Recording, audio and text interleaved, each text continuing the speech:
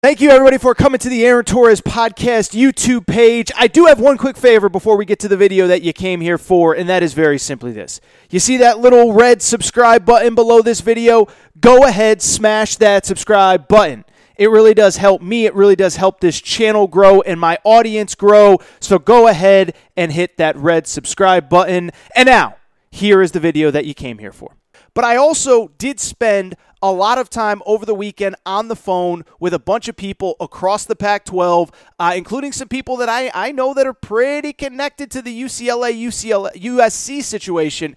And so I just want to react to some things that I heard over the weekend, some of the fallout from the move by USC, UCLA, what it means for those two schools, what it means for the other schools. I have an interesting thought on one school that I do think the Big Ten might be interested in, and it's not necessarily one that you might think.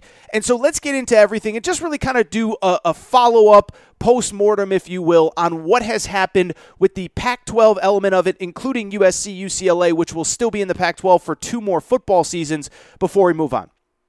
The first thing that I learned this weekend by calling around, I will honestly say that I was genuinely surprised by the reaction from the folks that I spoke to at USC and UCLA.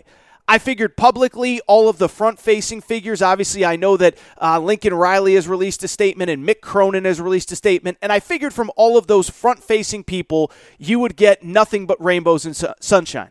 That it would be great, we're excited for the next challenge, we appreciate everything the Pac-12 has done for us, blah, blah, blah, blah, blah. But when you actually talk to people behind the scenes, they would have the same questions and concerns that you and I had when we first heard the news. Well, what the heck are you going to do about travel?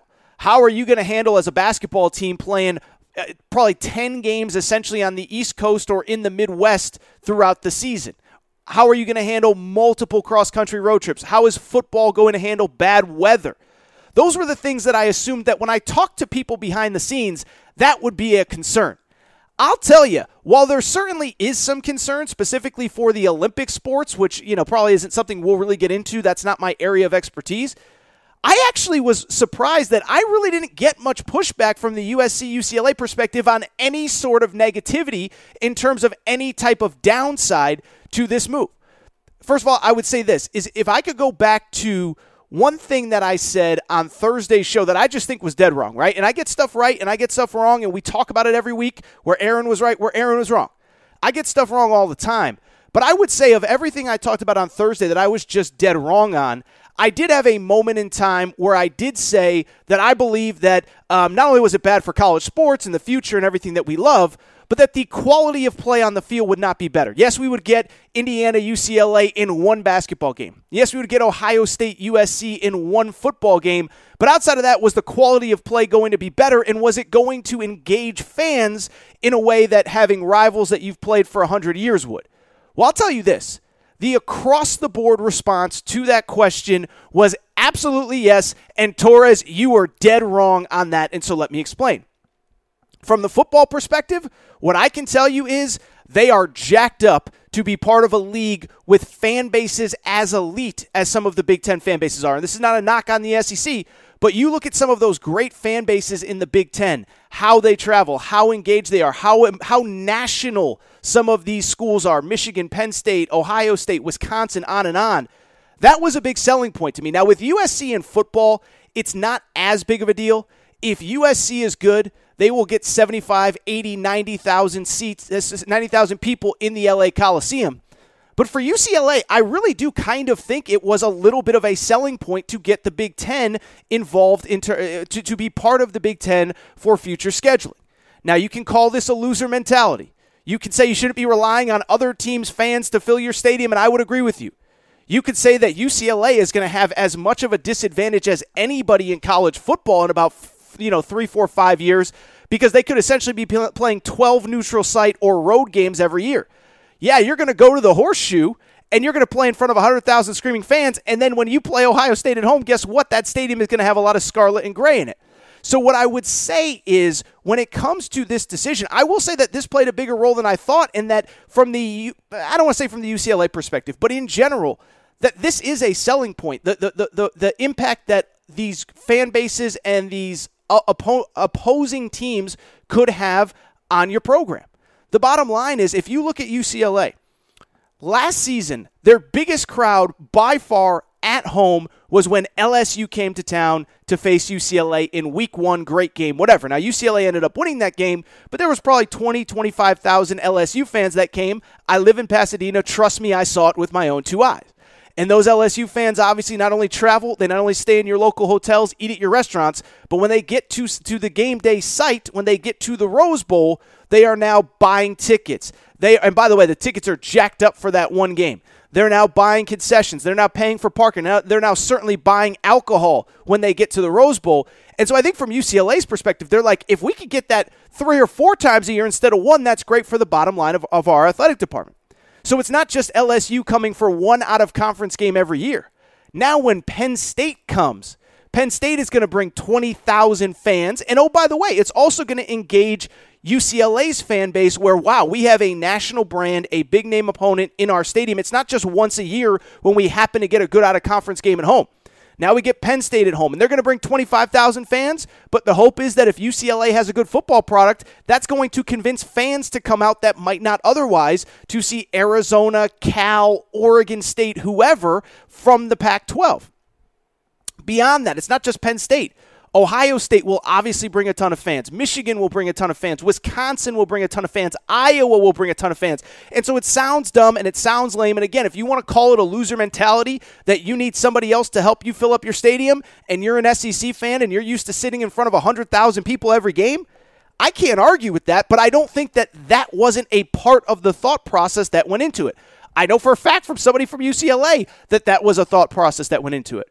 What was equally interesting to me, though, is from the basketball perspective. My thought is, my goodness, like that's a lot of travel, but I think that the basketball people are looking at it from the opposite perspective. Part of it is, again, what kind of games are you getting on the home schedule? I don't think travel in basketball is as important, but what I do think when you look at, say, UCLA and USC, listen, we understand that Los Angeles from a college basketball perspective, and I love college basketball, everybody knows that. It is not Lexington, Kentucky. It's not Bloomington, Indiana. It's not Fog Allen Fieldhouse. It's not even Tucson, Arizona, or Syracuse, New York, or Storrs, Connecticut, where you're going to get 8, 9, 10, 12, 15, 20,000, depending on what your arena holds.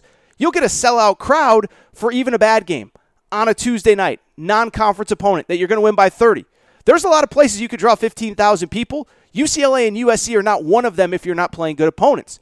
And so talking to people with both programs, I think the excitement is now we get to replace that Tuesday night game against Oregon State where we got 5,000 people and it was tough to convince people to come out on a Tuesday and sit through traffic and do all that. Well, now if we're selling a season ticket package and we can replace Oregon State with Michigan State on a Tuesday, and we can replace Arizona State with Michigan on a week later, and we can replace fill in the blank Colorado with Illinois or Wisconsin or Ohio State, that is going to re-engage our fan base, and it's going to convince people that you don't just have to show up for the 1 or 2 big games. Because right now, I tell you, I've been to a million UCLA games at Pauley Pavilion since I moved to LA. It's great if there is a marquee out-of-conference opponent. This year it was Villanova. It's great if Arizona's in town, and it's great if USC, their crosstown rival, is there. It's not great for pretty much anything else. And again, it's not Bloomington, it's not Lexington, it's not Storrs, it's not Syracuse in the Carrier Dome or whatever the heck they're calling it now, the Crypto.com Dome or whatever they're calling it. And so I think from the basketball perspective, they're excited too. Now, football, at least the first time or two, they're going to bring a lot of fans. I don't think it's as much for that, although I do think it also, again, helps a UCLA fan that might say, I'm not going to buy a season ticket package if there's no marquee games or if Oregon's the only team coming to town. Well, now that season ticket package will include not only USC, but it might include Penn State, Ohio State, and Wisconsin in a given year. It might include Iowa, Michigan, and Penn State in a given year. Fill in the blank, but you get the idea of the kind of brands that it will now bring from a football perspective. Beyond that, what I would also say, and I found this to be very interesting, people weren't as concerned about the travel as I thought they would be. My first inclination was that's a lot of freaking travel. Now, for football, ironically, it's the reason this decision was made, but the travel is of least importance. You play 4 conference road games a year, probably in any given year, maybe 5. But it's in football. Let me put it this way: you fly out the same day every time. You fly back the same day. If you play on Saturday, you fly out Thursday midday, you land Thursday night, you go through all your stuff on Friday, and you get ready to play on Saturday. And then you fly back after the game. So football really isn't a concern. The weather, I don't think anybody really is that worried about. I mean, you're realistically talking about one Saturday, maybe two a year, where the weather is really a factor, can really impact things. But what I would say is, even from the basketball perspective, again, my thought process was, man, that's a lot of cross-country flights. Again, do some simple math. Right now, the Big Ten in basketball plays 20 league road games. It plays 20 league road games, or 20 league games total, excuse me. I'm sorry, I tripped up on there. So 20 league games total, which means that you have 10 league road games, which means that even if you put back-to-back road games in a single trip, that's still 5 cross-country flights. But I talked to some people, and they don't seem to be as worried about it as I was, as you might have been, as your first reaction would have been. I think, one, the thought process is we don't have to go as crazy scheduling in the out-of-conference because we have so many big road games, with so many big conference games. And so instead of playing in that Thanksgiving tournament, and then you turn around and you play this team, and then you fly across country to play that team, and then you play this team in a neutral site game. Yeah, you're still going to want to have a marquee opponent or two out of conference, but it's not as important because, again, in basketball, you're playing Indiana, Michigan, Michigan State, Ohio State, Illinois, Wisconsin, you fill in the blanks on an annual basis, and you're playing some of those teams twice in a season, maybe 3 times with a conference tournament. Beyond that, I think what a lot of people told me was, well, now we just kind of get unique with our out-of-conference scheduling, right? Now, I will say, I think it's going to be interesting from the league office. I think the league office could probably do USC and UCLA a favor by maybe knocking out one of those road trips early in the season so it's not 5 from early January to early March. But what I was also told was that if you really look at it, you just kind of do your scheduling differently. What did I just say? You don't have to play as many cross-country things. Even if you want to play in that Thanksgiving tournament, instead of flying across the country to the Bahamas or flying across the country to New York and playing in Madison Square Garden, now you do one in Vegas, which is a 45-minute flight. You don't get that 45-minute flight very much during the conference portion of the season. So rather than flying to New York for a week during Thanksgiving, you fly to Vegas. You fly to Phoenix. You do something close by. You host your own event. You play some of the marquee West Coast teams, and I know it's easy to say, oh, nobody will want to schedule UCLA or USC now. Well, with all the money they can offer, I guarantee that maybe Gonzaga is interested, that Arizona is interested, that San Diego State is interested. And so, again, just to kind of put a bow on this, because I do want to get to what's next, I just found it very interesting. I don't think people were nearly as upset or concerned about the things that you and I initially thought of as I expected them to be. Now, again, I can't speak for Olympic sports. I can't speak for baseball programs that play, 60 games a year, 70 games a year. But I'm just telling you, it doesn't seem to be as concerning to the people involved as I expected it to be. Now, a couple quick notes in terms of everything else. I'll say this. I am fascinated to see what happens with the rest of the Pac-12. Now, we're going to talk about it in a minute with Notre Dame and the ACC because those are the moves that matter. No disrespect to the Pac-12. There's reports that Arizona State, Utah, and Colorado are meeting with the Big 12 this week. And while that would create a great basketball conference with potentially Arizona joining Kansas, Baylor, Texas Tech, Houston, which is joining, it doesn't change the needle in terms of the Big Ten and the SEC pulling away from the rest of college sports. But what is interesting to me about this Pac-12 thing is a couple things. It is clear, and I told you this on Thursday. You know, I get a lot of stuff wrong, but I got this one right. Dennis Dodd from CBS reported that the Big Ten, at least as of right now, has no interest in Oregon or Washington. If they were interested, they could have brought on Oregon and Washington right now. And so what's interesting to me is, again, about 40% of the existing league is going to meet with the Big 12 this week. So that's Arizona, Arizona State, Utah, and Colorado. But even if they all somehow stay together, even if those teams come together, we got a report this past weekend that somehow the Pac-12 is planning on expanding, and George Kliavkoff, the commissioner, is looking into different expansion options. And with no disrespect intended towards San Diego State, Fresno State, Boise, UNLV, whoever, what I can tell you is I think it's going to be hard to get any of these schools to commit to anything. Now, I can't speak to the Arizona side of things if they go to the Big 12 and what kind of demands the Big 12 would make. But what I'm curious about, and I was talking to somebody about this kind of pretty high up in the Pac-12 over the last couple of days. If you're Oregon, if you're Washington, and you know that this is all eventually headed towards a 20 or a 22 or a 24 team super conference with the SEC or the Big Ten, and you know you're one of those schools that might get an invite. Now, if you're Washington State and Oregon State, maybe you do go ahead and say, hey, whatever you want, just sign me up as long as I'm in whatever this is going to be going forward. But if you're Oregon and Washington, remember, the reason this happened now is because the Pac-12 TV contract was up. How are you going to get Oregon, Washington, Stanford, the Arizona schools if they don't leave for the Big 12? How are you going to get anyone to commit to anything knowing where this is going and everybody not wanting to be where you are? So I think that's an interesting thing to follow. We're going to talk about the Notre Dame thing in a second. I will tell you, and again, we'll discuss this with the Notre Dame stuff. I've seen reports that if Notre Dame joins, Oregon might be another team that would join. Obviously, if Notre Dame were to join the Big Ten in addition to USC and UCLA, that then becomes a situation where we have, 17 teams with Notre Dame? I've seen a report that Oregon would be number 18. I've actually heard it's going to be Stanford, and that Stanford's kind of lying in the weeds. There's some talk, and we'll talk about this again in a minute. There's some talk that Stanford, as an academic power, wants to de-emphasize athletics. I don't think that's the case at all. From what I was told, if anything, they're gearing up to make a run towards the Big Ten whenever there's another opportunity to get there. Lastly, what I would just say is this. A lot of people have asked me, Torres, you live in Pac-12 country. What has the mood been like? What has the reaction been like in Pac-12 country?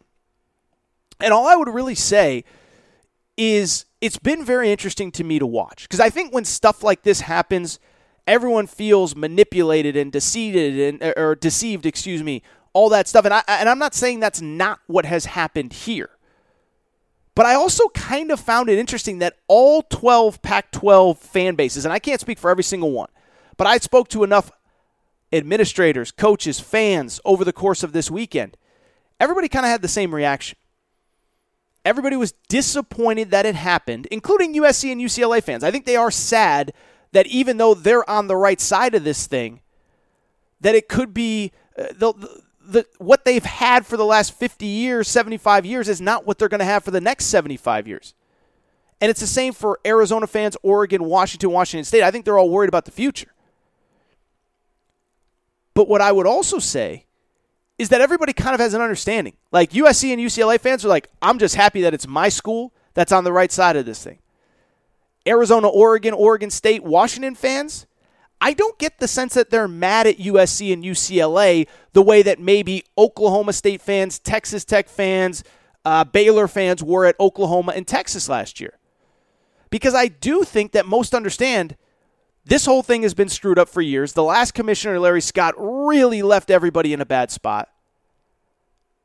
And that also, if it was my school, I would want my school to do the same thing. If I'm an Arizona fan, I can't be mad at USC and UCLA because if it was me, I would have wanted the same exact thing for my school. So it's been weird. It's been interesting living here. But that to me is really kind of the genesis of what happened since the last time that all of us spoke on the Aaron Torres Sports Podcast about this. Biggest takeaway is I do think USC and UCLA, I don't think they're nearly as concerned about the travel and the weather and the things that you and I are worried about internally. I think they're excited about adding to the schedule in football, adding to the schedule in basketball, all that good stuff. It'll be really interesting to see what happens with the rest of the Pac-12, although, as I said, it's not pretty, and if you're not part of this Big Ten SEC conglomerate, you are way, way, way behind.